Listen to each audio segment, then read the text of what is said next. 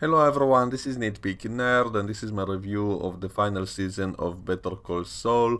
And I did have some problems with the very last episode, but overall I think this show is actually really good. And I think I can even say it might be the best prequel of all time because I absolutely love the attention to detail. I love the fact that they connect all the dots almost perfectly. There are a few small issues here and there, like the age of Mike's granddaughter doesn't exactly fit, and obviously all the actors look a little bit older than they did in their future, and there was also a recast of one character in season 6 which was a little bit distracting. I wish they would have somehow explained it inside the show by saying maybe that's how Gene sees him as because of the different mood he's in. Maybe show it in a different kind of scene, that maybe he sees different people differently depending on his own mood. But apart from that, the attention to detail in the show was absolutely amazing, not just as a prequel to Breaking Bad, but even inside the show itself. There were so many little foreshadowings and parallels and stuff like that, which will make it more interesting on a rewatch because then I can notice all those kinds of things.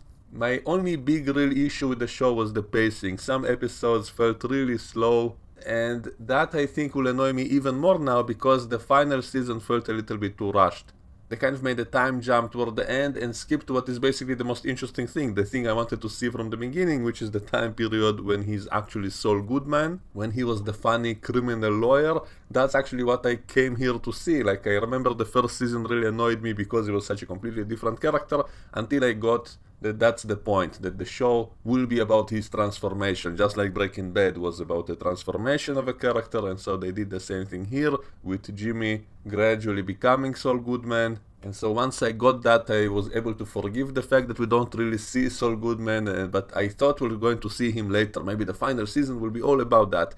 And yet they kind of made a time jump without even any kind of a montage of that, and so that was really disappointing in the last season, which was overall mostly good. I enjoyed it, but I thought it could have been better. I was slightly disappointed because I thought there was a potential for something much more amazing, but they kind of jumped right into the future, and I kind of liked the future segments, except the very last episode, which I'll get to in the end. And the final season was a little bit disappointing of how convenient it was. Like, the writing felt a little bit lazy. The way they tried to tie up all the loose ends felt a little bit too convenient and not really satisfying, especially with Nacho's character. In the first two episodes of the season, we see him on the run, and we see his struggle, we see how much he fights to survive and all of that, and then in the end, I guess it's spoilers, he just kind of gives up and just does something stupid, which doesn't even make much sense because I know that Mike promised him that he will take care of his dad and protect him and all of that, but does he really trust him that much, even after basically being his slave and Gustavo's slave for a few seasons now?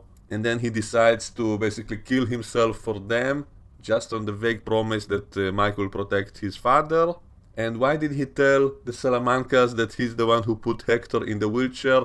Wouldn't that make them angry? And he knows them. He knows that they might go and kill his father even after he's dead, just as revenge. So why would he do that? Why would he tell him that if that's the thing he wants to avoid most? So I guess he thought that if he kills himself, they will have no reason to do it. But Hector is kind of a crazy, evil bastard. So wouldn't he send his nephews to kill Nacho's father even though Nacho is dead? Like, that's possible, so why risk it? And so things like that didn't really make much sense and were not really that satisfying. I guess we never saw any other character commit suicide, so maybe that's why they thought it would be interesting, but I just didn't really buy it with the way that things were. Why didn't he shoot some of them first and then kill himself? Like, he had the gun, why didn't he shoot some of these guys before killing himself? And so it doesn't really make sense the way they showed it, and also what happened with Howard later on felt a little bit too convenient, just as a way to tie up that loose end, and it wasn't really satisfying because it kind of happened randomly. It wasn't their real fault that it happened,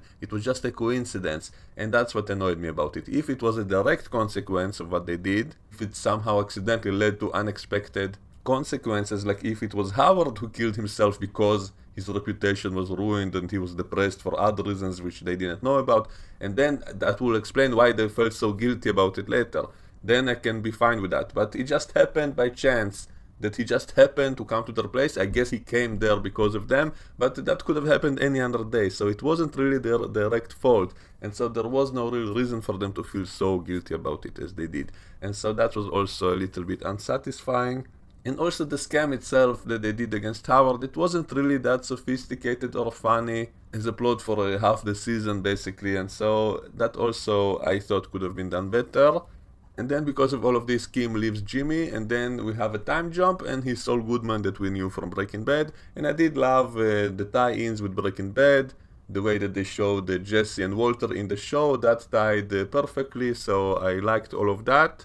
But I hated the time jump because at least they should have shown us a montage of funny things, funny situations from his time as Saul Goodman. I would have liked that, and even for viewers who hadn't seen Breaking Bad, it will make the last episodes easier to understand because they kind of jump all over the timeline in the end, and people who didn't see Breaking Bad wouldn't even understand what's going on the way they showed it here.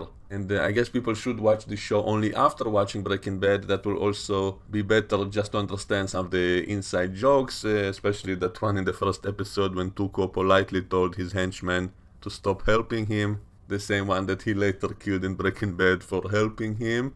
So moments like that will definitely be funnier if you watch it in the order that it came out in, and also it would make it less distracting the way that the actors look older in the prequel. And it will make things easier to understand, especially all the future segments. So again, I don't want to trash this show too much because I liked it overall, but I do think the final season was kind of weak and things just conveniently happen just to tie everything up perfectly, and it doesn't really feel natural or organic or even logical in some situations. And another issue I have with the show is that it almost feels like two separate shows because we have the story of Jimmy becoming Saul Goodman and we have the story of Mike and Gustavo and the cartel and all of that. And both of these stories barely connect. We have a few kind of crossovers, but overall it's like two completely separate shows. And that's also a little bit disappointing in my opinion because why not make it more connected? Why not make the main character of a show at least aware of what's going on in the other story, and yet he barely was, and so that also makes it convenient. You know, that whole thing with Lalo, when we saw it in Breaking Bad, him talking about the cartel and all of that, I remember assuming that he did have connections like that, having to toe the line between absolute evil and necessary evil, and so that had the potential to be really fascinating, and yet they barely did it in the show.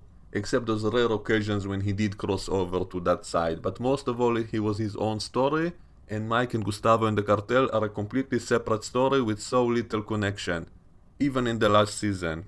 And so it turns out when he mentions Lalo in Breaking Bad, it was all just a misunderstanding from his point of view, because he wasn't really connected, he didn't really betray him in any way as was implied in that scene. He wasn't really involved in any way with that final show-off with Lalo and all of that, and I felt it was disappointing. I think it could have been much better, much more epic, much more amazing, and they chose to just explain that line away by just a coincidence again, that Lalo just happened to come to his place and tell him everything, and that scared him so much that even years later he was blabbering about him not being the one to betray Lalo. Wouldn't it be more interesting if he actually did betray Lalo in some way, and have him be part of that whole plot with the cartel and Gustavo being against the cartel and all of that? That could have been so much more interesting if it was more interconnected. So I felt all of that part was kind of disappointing as well.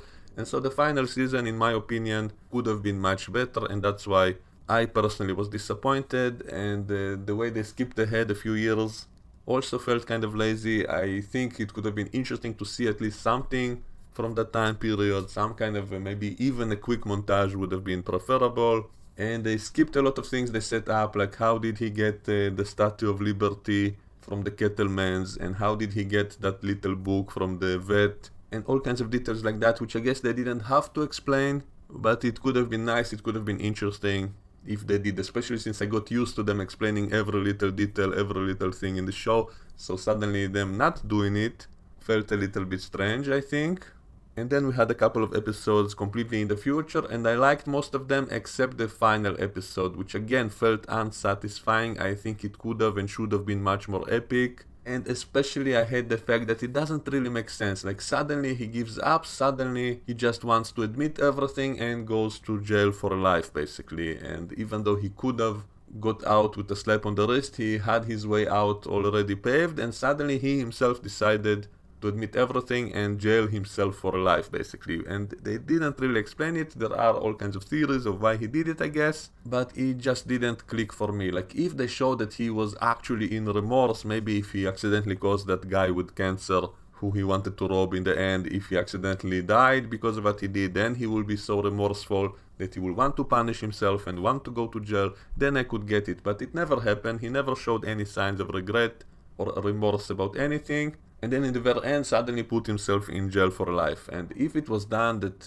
maybe it was part of some deal to get Kim off the hook, to save Kim's life so that she will not go to jail, and that's why he will sacrifice himself, that also would have been fine, but it wasn't the case either. And so I'm not sure I understand the motives of the character to do what he did, and that's a big problem. That's why I don't actually like the last episode. I think it should have been written better. There are a lot of moments which I like, of course. I love the fact that he will basically be a star in prison because he spent years defending criminals, and so a lot of them know him. So he'll have a good life inside prison, I guess. But still, I just felt it was kind of a lazy ending. They should have done something more epic or surprising, or at least write it in a way that will make sense.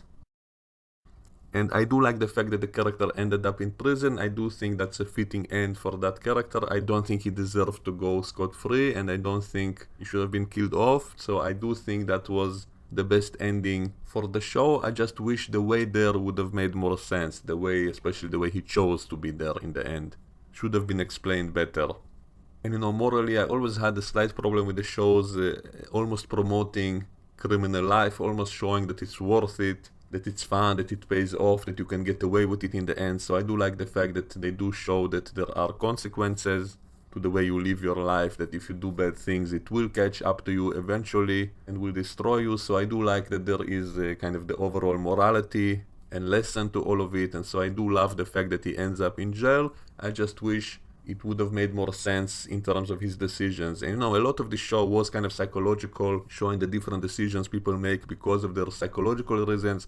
And so I would be totally fine with some kind of internal reasoning to it, but I just didn't really see it. It wasn't really written that well in the last episodes, unfortunately. So that's my opinion about all of this. Let me know what you think, and we can discuss all of this in the comments below. And I will see you all next time.